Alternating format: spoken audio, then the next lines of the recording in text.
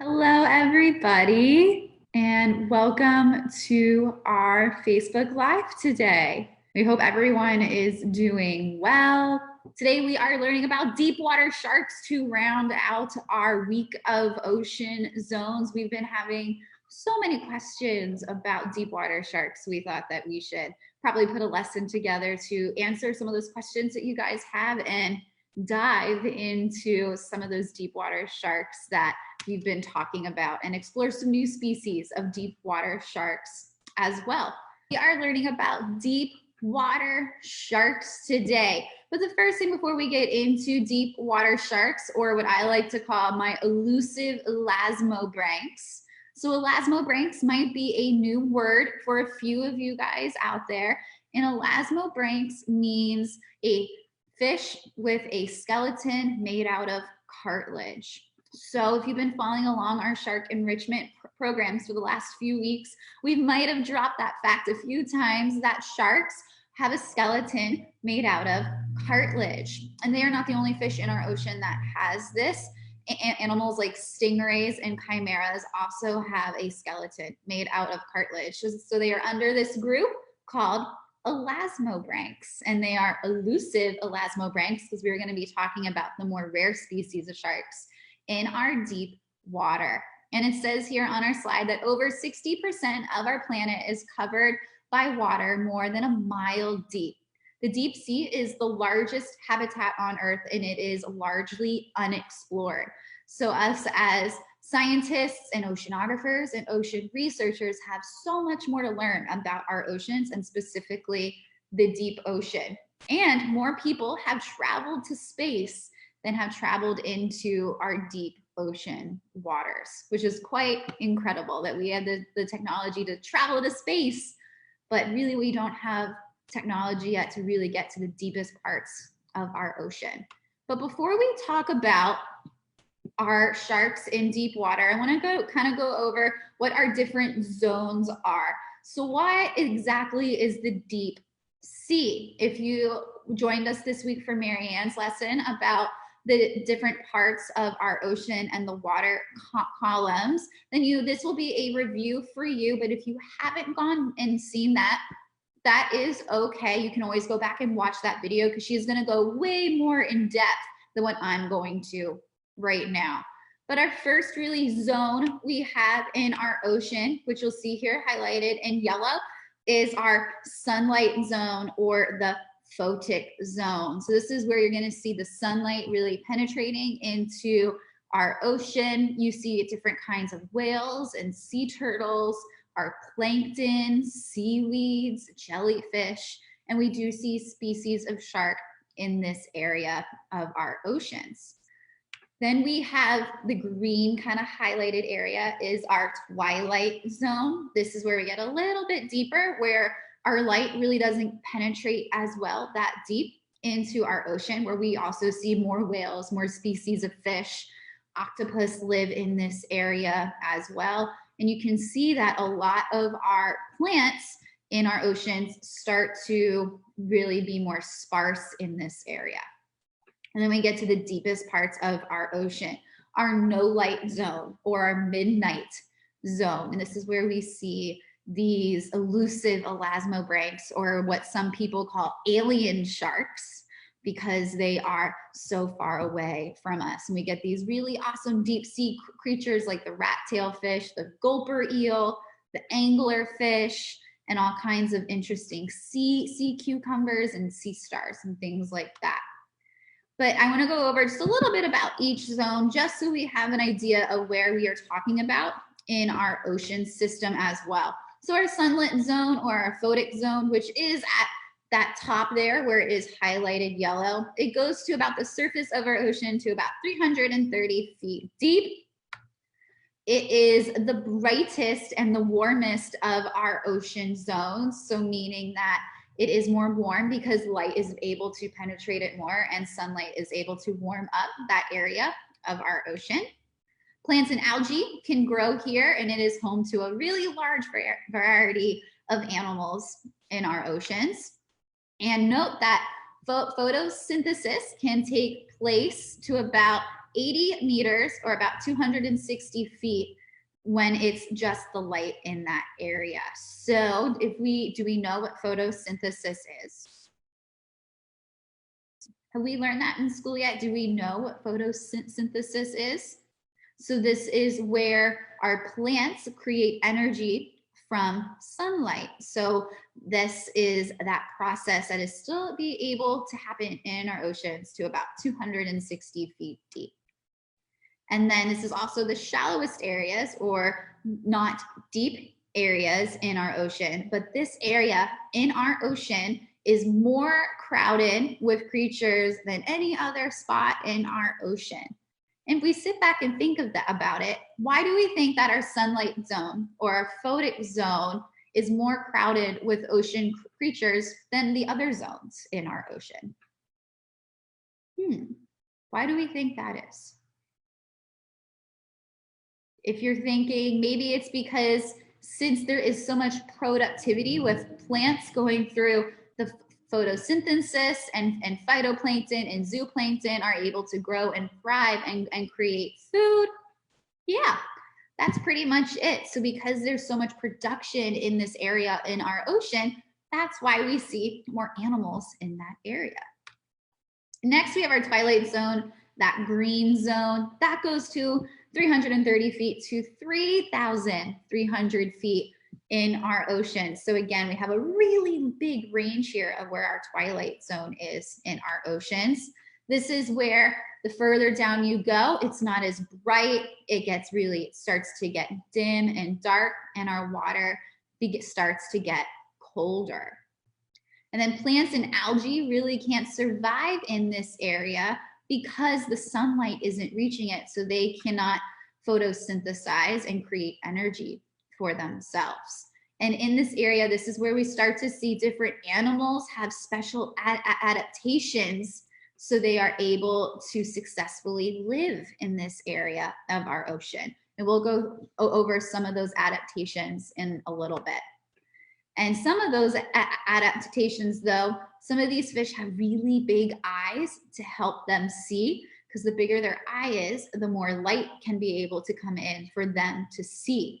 Almost like if it's dark in your room, you can actually do this experiment at home. If you go into your bathroom and you look at your pupils or the dark circles in your eyes when the lights are on, you'll see that your pupils are really small because it doesn't need to let in any light.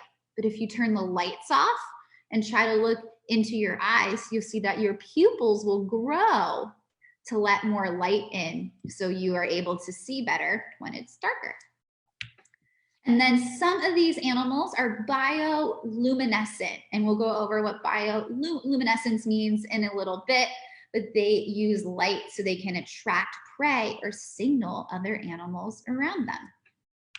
And then last but not least is our midnight zone, or our no light area, which is that dark purple column that you see here on our photo. And that goes from 3,300 feet to 36,000 feet. So it's a very, very big area in our oceans. And these temperatures are close to freezing, and the water is pitch black. And the reason why the water is pitch black is because sunlight cannot reach that far down into our ocean. And in this area, food is scarce and few animals do live in this part of our ocean. And 90% of the water in our ocean is in this ocean zone. And then this is also where we see marine snow. Marianne talked about marine snow a few days ago in her presentation, and that marine snow is all of the dead matter and dead particles that float down from those certain zones like the photic zone and the twilight zone, and they start to fall into this area where we call marine snow. But then what is it like way down there in the deep depths of our ocean? So we have different areas. We have abiotic, which means non-living, and we have different factors of light, temperature, and pressure. But then we have our biotic, which means living. So we have our other creatures like sharks and fish and these whales like sperm whales that can do those really deep dives, and other animals like plankton and other fish and sea stars. But I want to go over these different abiotic or non-living factors first, because if we can understand our non-living factors in our deep ocean, it's going to help us better understand the animals like these deep water sharks we're going to talk about. It's going to help us understand how they are able to adapt and live in these areas of our ocean. So let's talk about light. So the deep sea begins at about 200 meters where there is little light for photosynthesis to happen. And photosynthesis is that reaction of where plants are creating energy for themselves. And then from there to about 1,000 meters, we have the mesopelagic zone, or the twilight zone, where sunlight is going to decrease until there is no more sunlight anymore. And with that, this is why we see in the deep, dark depths of our ocean, it gets really dark blue and black, because all the colors that our light is reflecting is absorbed at that deep, dark depth. So we are only able to see that dark blue or black color. And then anything below 1,000 meters, our water is going to be very black. So almost like how our sky is black during the nighttime. And then because there is so little light, our animals in the deep water do need special sensory adaptation, so they are able to live in that pitch black. It would almost be like if you are going up in the middle of the night, maybe to get a snack or get a drink of water, and you're trying to walk around your house when it's dark out, when it's dark inside of your house. It's going to be hard to maneuver around your house because you can't see anything. So these kinds of animals down there have special adaptations. So as we said earlier, some fish do have very large eyes to capture what little light does exist down in our ocean floors. But other animals are essentially blind and they can't see, and they used other senses like smell and feeling of vibrations around in the water for them to be able to swim. Now with temperature in our water, so our temperature in the deep sea is anywhere around 30 degrees to 39 degrees Fahrenheit, which is very cold. And so with that, these animals have special adaptations so they are able to not freeze in the water. But water will never freeze in the deep sea because of the salt. So salt water does freeze at around 28 degrees Fahrenheit, but if our salt water did freeze, it would float to the surface as ice. And we can talk about that a little bit, because salt, when you mix that in with water, makes water less dense. And if you join Marianne, I think Monday, she did our water density lesson, that things can float in water depending on if it's less dense than water. So that salt mixes with the water, which makes it less dense. So if it freezes, it will float to the top. And salt will actually then lower the freezing point of water as well. So this is why we see normal water out of your spigot at home that freezes in your freezer at 32 degrees, where salt water freezes at 28 degrees. And then life in the deep do have these special adaptations to be able to survive that intense cold. So they will have slower metabolism, so they do not use as much energy while swimming around. And some of these animals swim at a really slow pace, so they don't use a lot of their energy. And then last but not least is pressure. So the further you go down the water, the more water is pushing down from above, which creates pressure. So it would be like if you are swimming in a deep pool, or even if you're swimming at a pool that's maybe 6 feet deep, you might feel your ears start to have a little pressure on them as you're swimming. And that's because of the water pressure. So imagine how much pressure it is if you're going thousands of feet deep in our oceans. So with this, pressure increases by 1 atmosphere for each 10 meters of depth. So I know that can be a little confusing. So anywhere at the bottom of our ocean, which can be 11,000 meters, we can have over 1,000 atmospheres. So which means that it can get very, very heavy and very, very heavy pressure. So I know that can be a little confusing looking at it, and maybe I'll have to look up later to post a video to our page. They've done experiments where they send styrofoam cups down into the deep to show how intense that pressure is. And when they pull up the styrofoam cup, it's compressed into a tiny little ball because of that pressure. So now let's talk about bioluminescence, or our biotic parts in our oceans, the living parts of our deep ocean. So bioluminescence, if we break it down, bio refers to a living thing, and luminescence means making light. So this is something that is living that makes light. So you can see here, this is a photo of a shark we will be talking about later. And you can see that this shark is bioluminescent, and it has these little things on their bodies that are able to make light.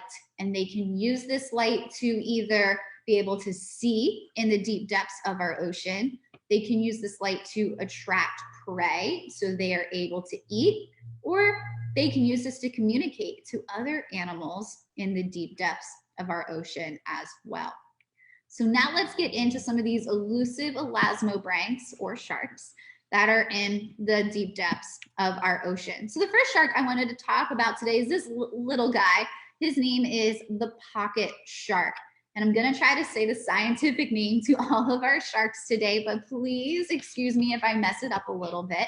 But so the pocket shark's scientific name is Molluscoma paridi. I think I said it right. But with that, these little guys, one reason they are called the pocket shark is because, one, they are small, they could fit in your pocket, but there is a special meaning to also why they are called the pocket shark. So these guys were originally found in the Gulf of Mexico, off the coast of Louisiana, which is here in the United States. And then they were found a second time in the Southwest Pacific Ocean off the coast of Chile in 2015. So with these deep water sharks that we are going to be talking about today, a lot of them have not been seen a lot. Some of these species have maybe been found twice, 4, maybe 5 times, and that's the only time that scientists have been able to study them.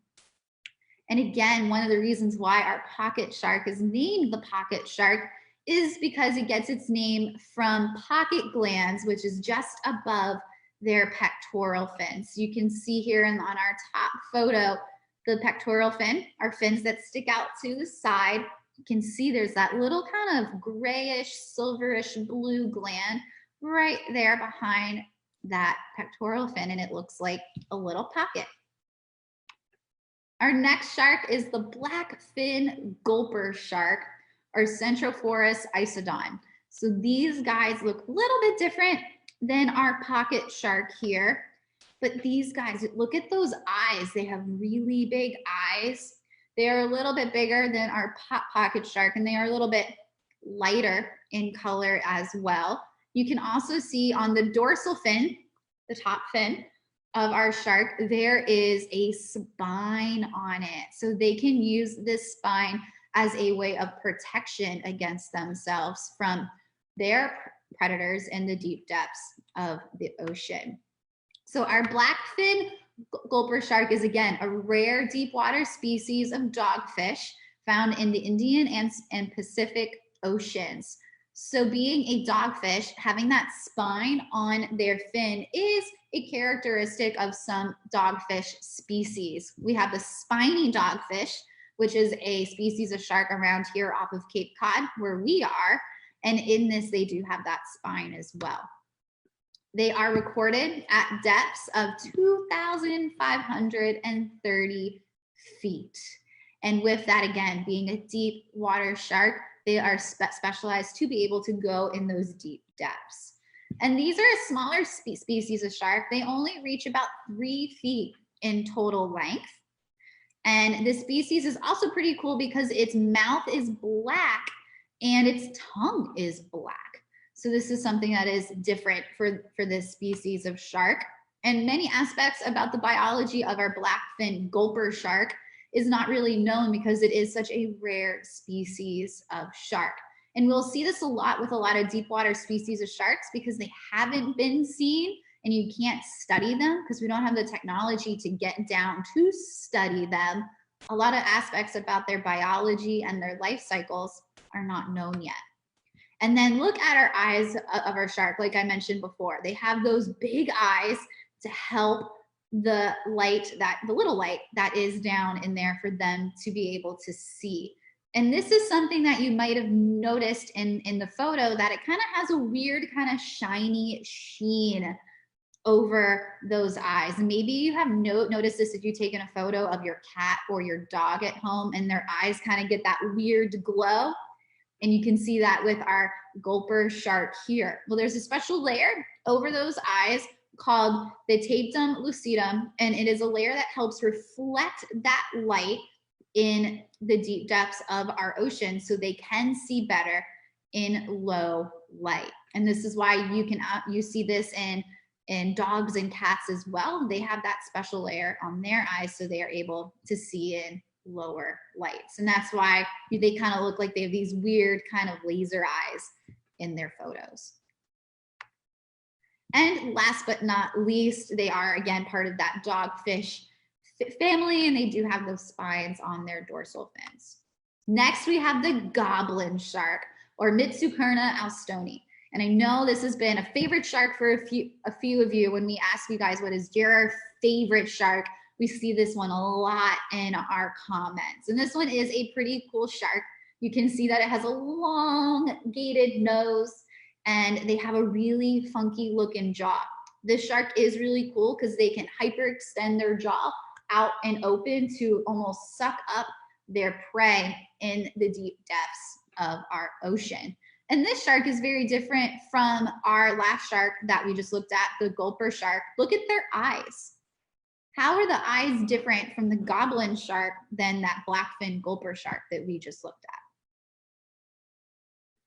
If you're saying that the goblin shark's eyes are pretty small compared to the gulper shark, but their specializations of how they hunt is just a little bit different. So let's learn more about our goblin shark. So these ones are usually observed near our continental slopes, anywhere between 885 feet and 3,149 feet. But they have been observed in deeper water, a little over 4,000 feet. And they also been observed in really shallow water of 311 feet to 449 feet deep.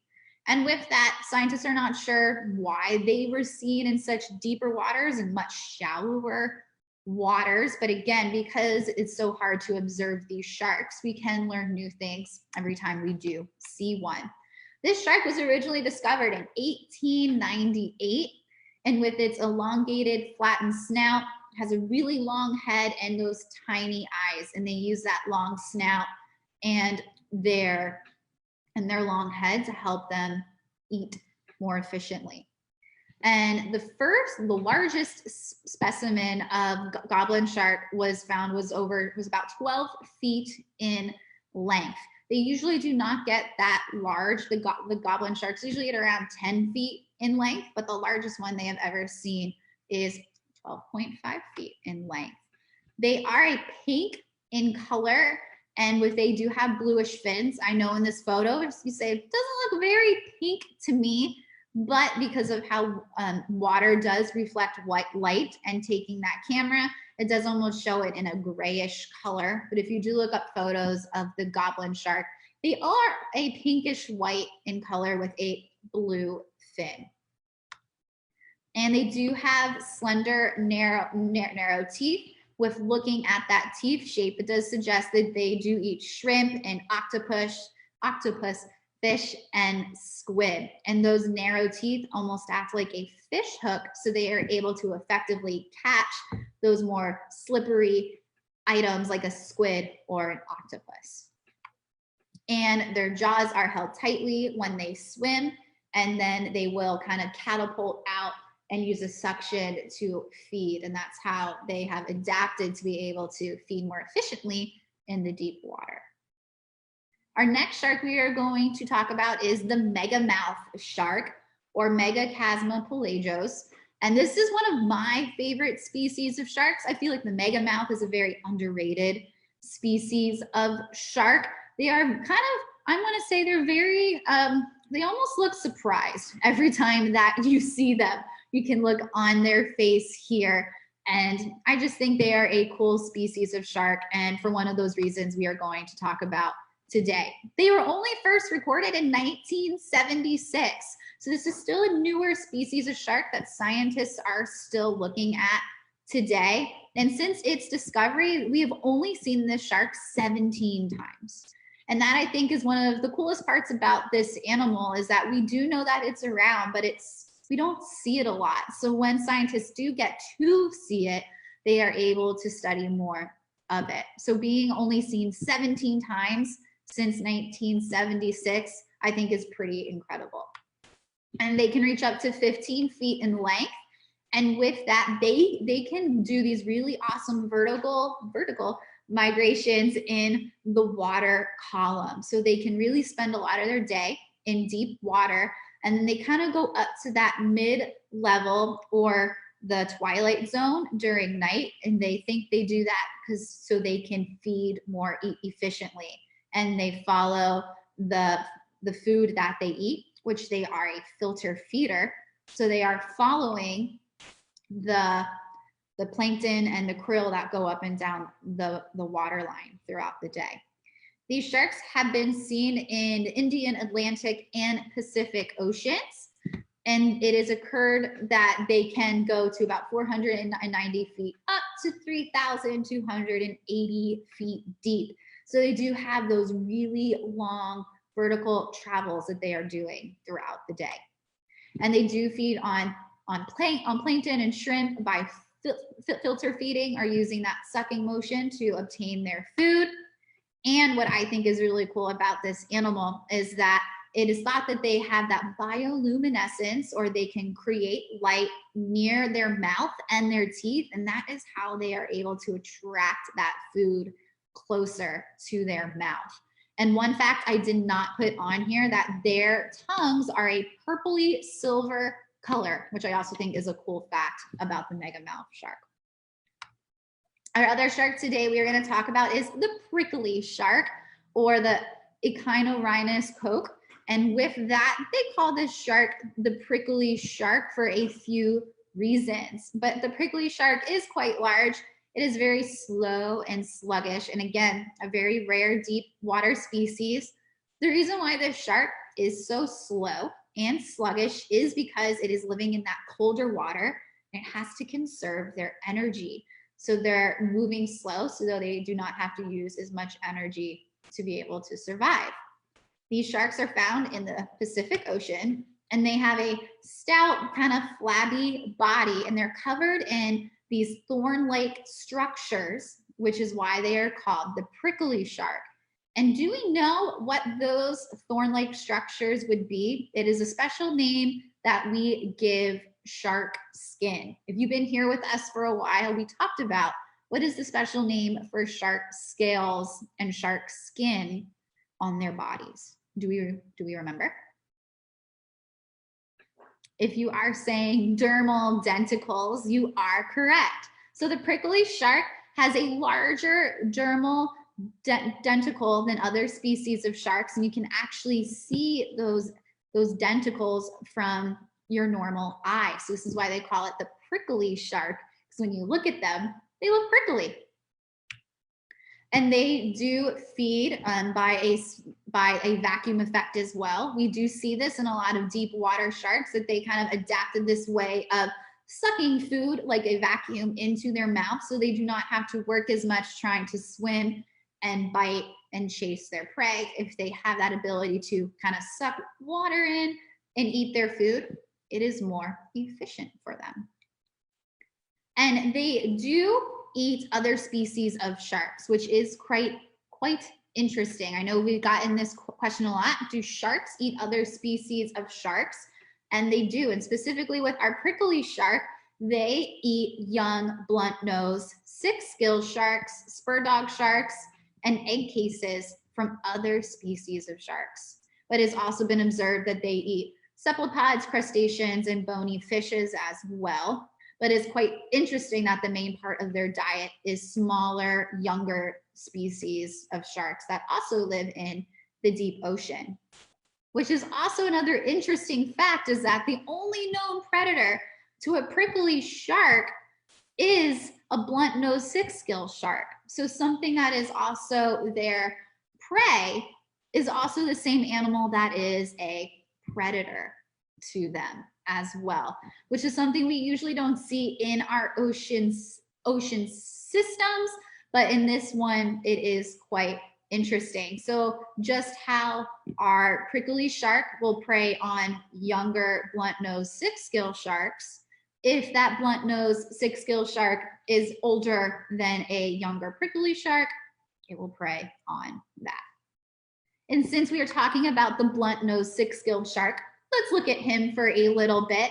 So our bluntnose six-gilled shark, their scientific name is Hexanchus griseus. And with that, if we look at the common name, why do we think the bluntnose six-gill shark is called that?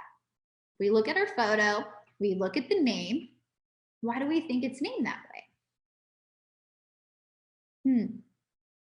Well, one is it does have a very blunt, short nose. You can see on our photo here.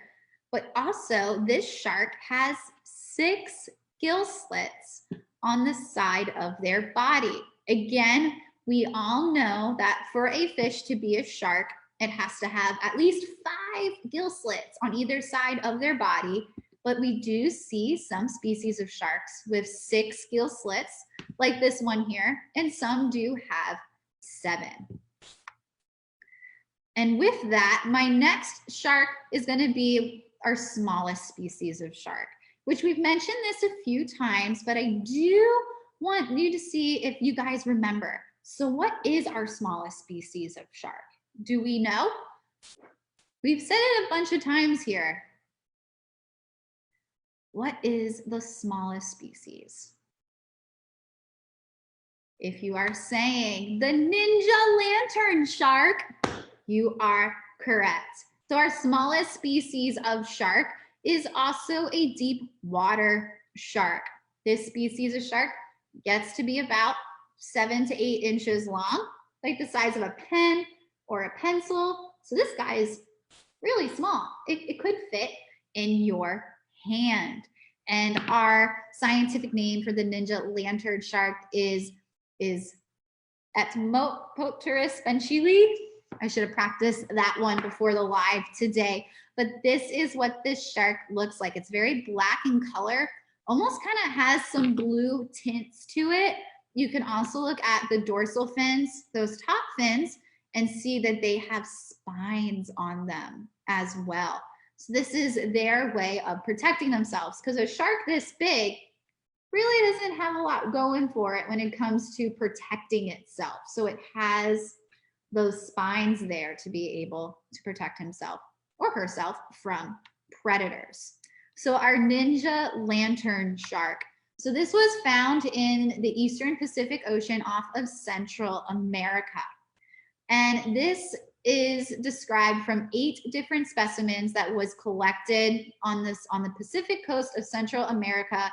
And it was found at depths anywhere from 836 to 1,443 meters. So with that, this is a newly discovered species of shark.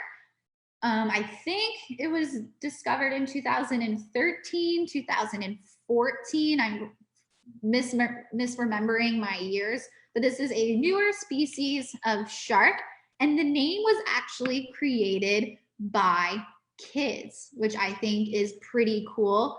And the Ninja Lanternshark got its name because of that black color, which is reminiscent of Japanese ninja outfits and its stealthy behavior. And also because this shark is bioluminescent, That's how it got the lantern part of its name, which I think is pretty cool.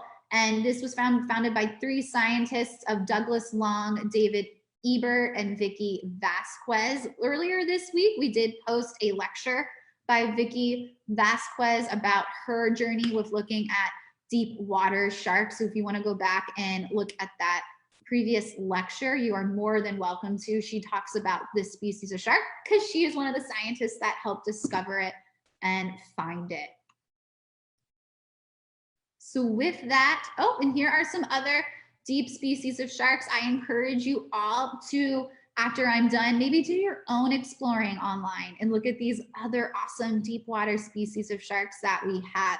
So this guy here in the top left that is glowing, that is a bioluminescent cookie cutter shark. Then right beside it, we have a frilled shark. We have the Greenland shark on the bottom, and then we have a normal cookie cutter shark there on the bottom right. So I encourage you all to explore these other species of sharks today as well.